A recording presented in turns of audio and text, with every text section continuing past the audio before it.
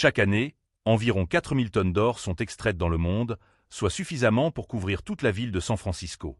Avec une cape dorée, imaginez-vous un matin, ouvrir les yeux et voir que tout autour de vous est recouvert d'or. Rue bâtiments resplendissants reflétant la lumière du soleil avec des étincelles dorées, même votre tasse de café du matin a une bordure dorée trop luxueuse. C'est vrai, il existe plusieurs théories qui suggèrent que l'or a son origine dans les explosions de supernovas dans l'univers et qui sont venues sur Terre dans des météorites il y a des milliards d'années cependant, transformer ces petits grains d'or en lingots que vous voyez dans les bijouteries. C'est tout un processus. L'histoire commence dans les mines où l'or est extrait des entrailles de la Terre, et ensuite comment il se transforme de ces blocs de minerais bruts en lingots d'or qui arrivent entre vos mains. Rejoignez-moi dans ce voyage pour découvrir comment cela se fait. L'or est depuis des temps immémoriaux un symbole de luxe et de pouvoir, et la sophistication n'est pas seulement célébrée dans les bijoux ou les objets de luxe, mais joue également un rôle crucial dans l'économie mondiale. Depuis des millénaires, les pays utilisent l'or comme actif de réserve pour assurer la stabilité financière et protéger l'économie des fluctuations indépendantes de leur volonté. La quantité d'or en réserve pour chaque pays n'est pas seulement un symbole de richesse, mais aussi un bouclier solide en temps de crise financière, protégeant la valeur de la monnaie et maintenant la confiance des investisseurs dans l'économie. Contrairement à d'autres métaux, l'or possède une force intemporelle, ne se corrode ni ne s'oxyde jamais. Cette caractéristique en fait un symbole d'éternité. Découvrez sa beauté et sa valeur au fil des siècles.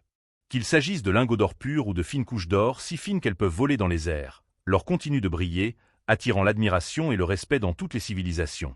Cependant, pour devenir les chefs d'œuvre que l'on voit dans les bijouteries ou dans les produits haut de gamme, l'or doit traverser un voyage plein de défis en partant des profondeurs de la Terre.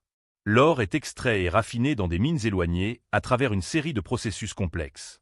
Avant de révéler la beauté brillante et parfaite que nous admirons tant, l'or dans la nature n'est pas seulement le métal que nous avons tendance à voir, mais existe sous diverses formes, pouvant se présenter sous forme de petites particules de poussière mélangées à des roches, de fines feuilles d'or adhérant à des quartz bêta, ou plus rarement comme de petits grains d'or libres brillant sur les lits des rivières et des ruisseaux. Au fil du temps, le mouvement de la croûte terrestre a collecté l'or dans d'énormes gisements situés profondément sous terre ou même à la surface géologique. C'est pourquoi, pour extraire cette ressource précieuse, les êtres humains doivent appliquer des méthodes complexes et utiliser d'énormes machines modernes. L'or est extrait principalement par deux méthodes, l'exploitation souterraine et l'exploitation à ciel ouvert. Dans les mines d'or situées dans les profondeurs de la Terre, les ouvriers creusent des tunnels sinueux qui descendent vers le bas, semblables à des labyrinthes isolés au cœur des montagnes. Des foreuses à haute puissance avec des forêts diamantées ou des alliages ultra durs sont utilisées pour forer des roches solides, créant des passages pour le processus d'extraction. Une fois qu'une zone contenant une grande quantité d'or a été identifiée, les travailleurs placent des explosifs dans les trous de forage et les font exploser, provoquant l'explosion d'une grande zone de roche révélant les blocs de minerais précieux. À ce moment-là, des excavateurs spécialisés collectent rapidement les pierres contenant de l'or et les versent dans des bandes transporteuses ou des camions de transport de minerais. Dans le tunnel du métro, pour amener le minerai à la surface, un système de poulies ou un ascenseur minier soulève chaque wagon chargé de tonnes de minerai jusqu'à la terre où il est prêt à être transporté vers l'usine de traitement. En revanche, dans les mines d'or proches de la surface, on utilise une méthode d'exploitation à ciel ouvert, une approche puissante et à grande échelle, où d'énormes excavatrices équipées de cuillères sont capables d'extraire des dizaines de mètres cubes de terre et de roches à la fois. Sont responsables de l'élimination des couches superficielles du sol, ouvrant un vaste champ d'extraction. Lorsque le minerai d'or commence à apparaître, de grandes foreuses continuent de travailler en forant profondément dans la roche pour préparer le sol à la pose des explosifs. Après chaque explosion calculée avec précision, des milliers de tonnes de minerai d'or fragmentés sont collectés par des excavatrices et déchargés dans des camions super lourds. Ces camions ne sont pas des camions conventionnels, mais des géants qui peuvent transporter entre 100 et 400 tonnes de minerai en un seul voyage. Avec des roues plus hautes qu'une personne adulte, des caravanes de camions lourds avancent lentement le long de la route poussiéreuse de la mine, transportant cette précieuse ressource jusqu'à l'usine de traitement où commence le processus de conversion de ces morceaux de roche inerte en métal, le plus précieux au monde, sans aucun doute une scène impressionnante. Vrai, depuis les énormes blocs de minerai récemment transportés à l'usine, commence le processus de leur conversion en poudre fine. De grosses pierres, en particulier celles provenant d'exploitations à ciel ouvert, sont trop dures pour être traitées immédiatement. Ils doivent donc d'abord passer dans un concasseur à mâchoire. Cette machine fonctionne comme une mâchoire en acier géante. Briser le minerai en morceaux plus petits à environ 15 à 20 cm de là, les bandes transporteuses en caoutchouc à haute résistance les amènent à un concasseur secondaire, le broyeur à boulet à la forme d'un grand tambour rotatif qui est rempli de lourdes billes d'acier ou de céramique.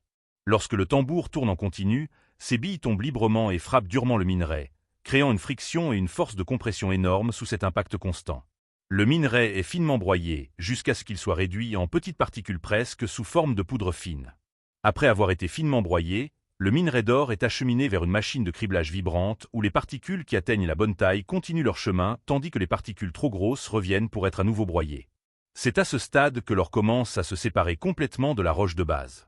Le minerai qualifié est mélangé à de l'eau et s'écoule dans un réservoir d'agitation chimique où le cyanure aide à séparer l'or de la roche de base dans le processus de cyanuration. L'or se dissout dans la solution puis filtré en retenant les particules d'or.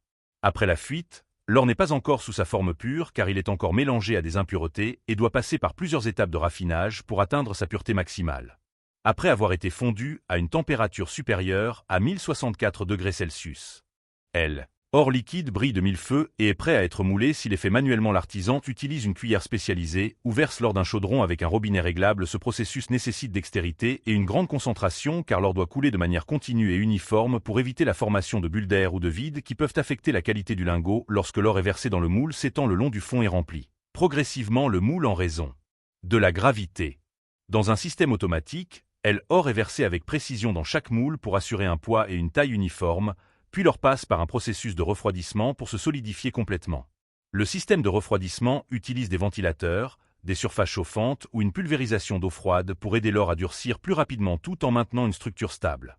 D'autre part, avec la méthode traditionnelle, les lingots d'or sont progressivement refroidis à l'air, ce qui peut prendre de quelques minutes à plusieurs dizaines de minutes selon la taille. Après solidification, les lingots d'or sont soumis à un processus de fabrication pour ajuster leur taille et leur donner la forme requise. Dans le cas de lingots standards, des machines industrielles sont utilisées pour couper et rogner les bords du lingot.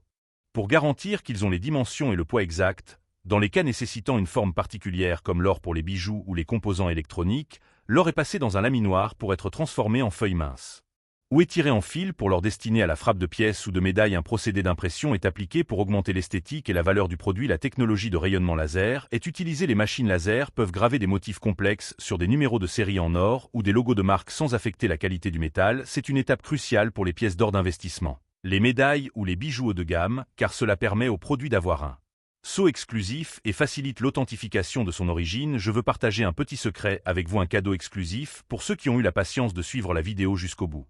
Vous saviez que même sans une mine d'or géante ou un équipement de pointe, vous pouvez toujours trouver de l'or dans la nature par vous-même.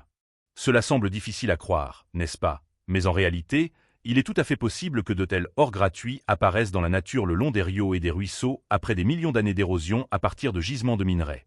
Dans les hautes montagnes, de petites particules d'or se déplacent dans l'eau en aval et se déposent dans les coudes de l'os rio.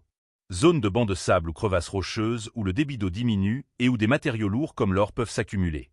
Alors comment trouver et séparer l'or de la terre et des pierres? Les chercheurs d'or traditionnels utilisent souvent une méthode appelée battage en utilisant un long plateau avec de petites rainures pour piéger l'or lorsque l'eau le traverse. L'or subit enfin un contrôle qualité rigoureux pour garantir qu'il est conforme aux normes internationales. Le poids, les dimensions et l'intégrité de chaque lingot d'or ou grain d'or sont mesurés avec précision. Les experts utilisent des spectromètres à fluorescence X pour déterminer la composition du métal, garantissant ainsi que la pureté est comprise entre 90 et 9,5% et 99,99%. Une fois les tests passés, l'or est poli pour éliminer les petites rayures, obtenant ainsi une surface parfaitement brillante. Enfin, chaque lingot d'or répondant aux normes reçoit un sceau de certification. Indiquant le poids, la pureté et l'origine, c'est une étape cruciale pour préparer l'or à la circulation, à l'investissement ou à être transformé en bijoux et produits de luxe. C'est une vérité vraiment étonnante. Vous pensiez que le chemin d'un lingot d'or serait si ardu et détaillé.